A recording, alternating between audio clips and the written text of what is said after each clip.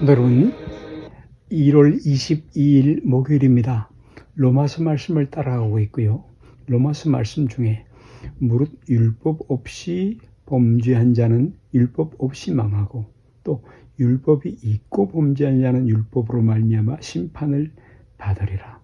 하나님 앞에서는 율법을 듣는 자가 의인이 아니요 오직 율법을 행하는 자라야 의롭다 하심을 얻으리니. 로마서 2장 12절 말씀부터입니다. 여러분, 하나님께서 각 사람을 심판하실 때에 바로 그 행위대로 심판하신다 하는 것이 심판의 기준임을 살펴보았던 것입니다. 그러면 이곳에서 한번 짚고 넘어가야 하는 문제가, 그렇다면 율법을 모르고 있었던 사람은 어떻게 되느냐 하는 그런 문제가 생기는 것이죠.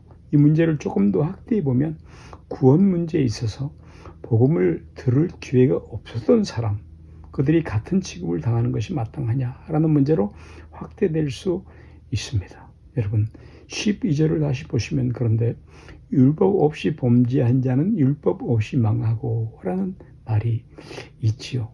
여러분, 그것은 바로 14절에 나오는 말씀처럼 양심, 본성을 기준으로 한다라는 것을 말씀을 하죠. 그렇지만 그럼에도 불구하고 율법을 기준으로 하든 또는 양심, 이 하나님의 여호와의 주신 마음의 등불, 이것을 기준으로 하든 그가 범죄했으면, 죄를 범했으면 죽는다 하는 이야기가 나오고 있는 것입니다. 하나님을 향해서 어떤 마음을 갖고 있느냐, 그것이 심판의 기준이 된다는 것이죠. 그리고 그 하나님의 거룩하심을 양심, 본성과 비교해 볼 때도 그는 역시 죄로 말미암아 심판을 받는다라고 이야기하고 있는 것입니다. 여러분, 예를 들면 많은 질문을 하죠. 세종대왕은 어떻게 됩니까? 이순신의 구원은 어떻습니까? 여러분, 그렇지만 그분들의 구원 얻을 가능성은 상당히 희박한 것으로 보입니다. 그렇게 말하는 것이 맞을 것입니다. 율법에 비추어 보아도 또는 양심에 비추어 보아도 라는 말씀인 것입니다. 여러분, 그러면 억울하다고 말하지 않겠습니까? 그때는 누가 와서 복음을 전해준 것도 아니고 이조시대에 중기 무렵에 기독교가 전해지도 않았는데 모르고 있는 것이 그의 잘못일 수가 있는가라는 질문을 하게 되는 것이죠. 그때에 성경은 이렇게 말합니다. 양심과 본성을 우리에게 제시하고 있는 것입니다. 그리고 이 말씀, 로마서 1장 18절부터 32절 우리가 상고하고 있는 이 말씀에는 그것이 그 중요한 문제가 아니라 어떻게 우리가 하나님의 심판을 면할 수 있는가, 그 구원의 가능성의 문제가 아니라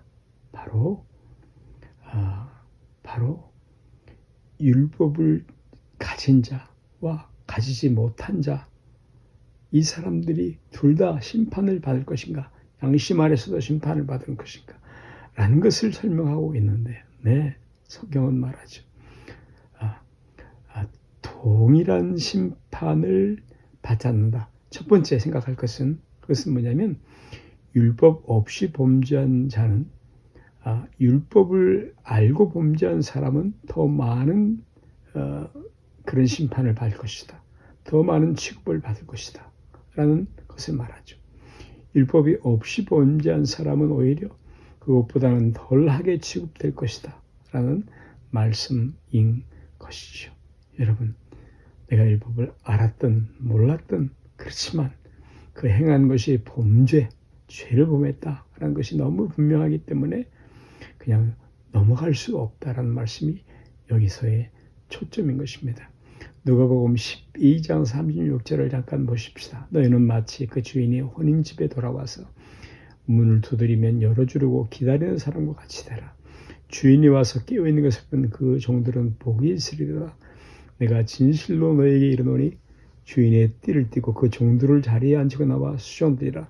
43절부터 조금 더 보시면, 만일 그 종이 마음에 생각하기를 주인이 더디 오리라 하여 노비를 때리며 먹고 마시고 취하게 되면 생각지 않은 날 알지 못하는 시간에 주인이 이르러 엄히 때리고 신실치 않는 자에 받는 율에 처하리니 주인의 뜻을 알고 예비치 아니하고 뜻대로 행하지 않은 종은 많이 맞을 것이요 그리고 알지 못하고 맞은 일을 한 자는 적게 맞으리라.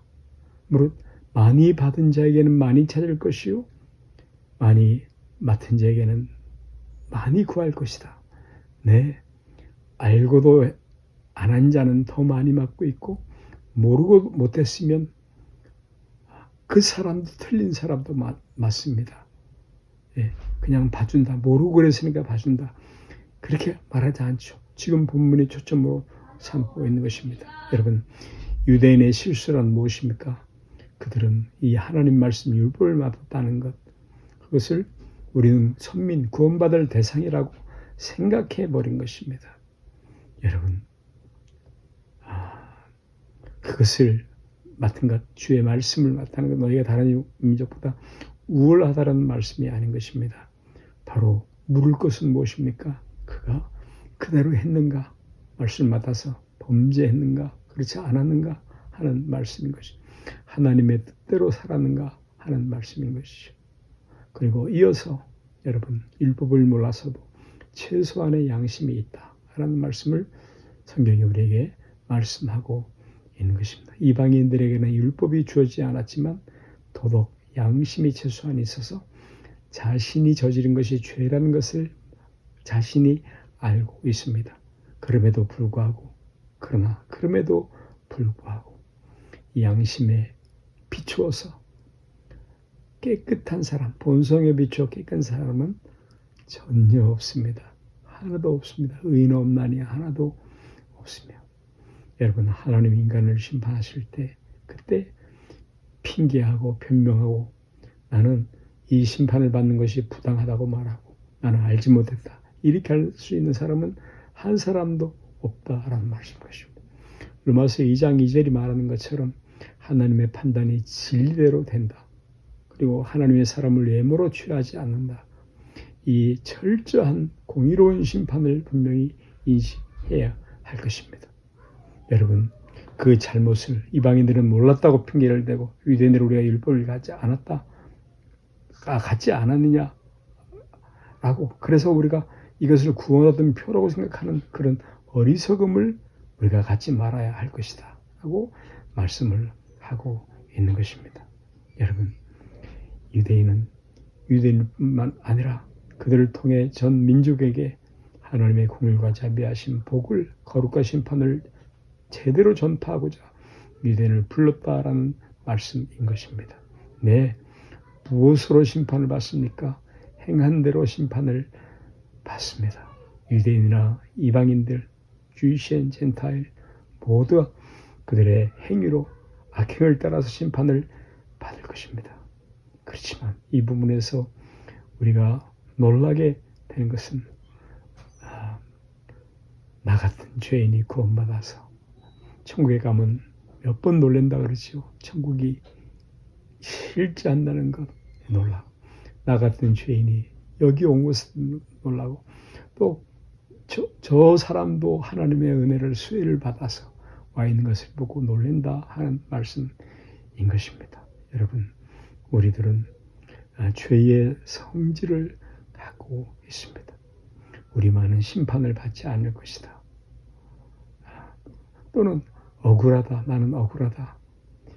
이런 것들 우리가 경계해야 되는 그런 내용들입니다. 네, 그리고 여기에서 심판 아래, 진노 아래 있다. 여기에서 하나님의 구원이 시작되는 것입니다. 복음이 복음되기 시작하죠. 예수 그리스도의 십자가 앞에 나가서 행복한 일들이 일어나는 것입니다.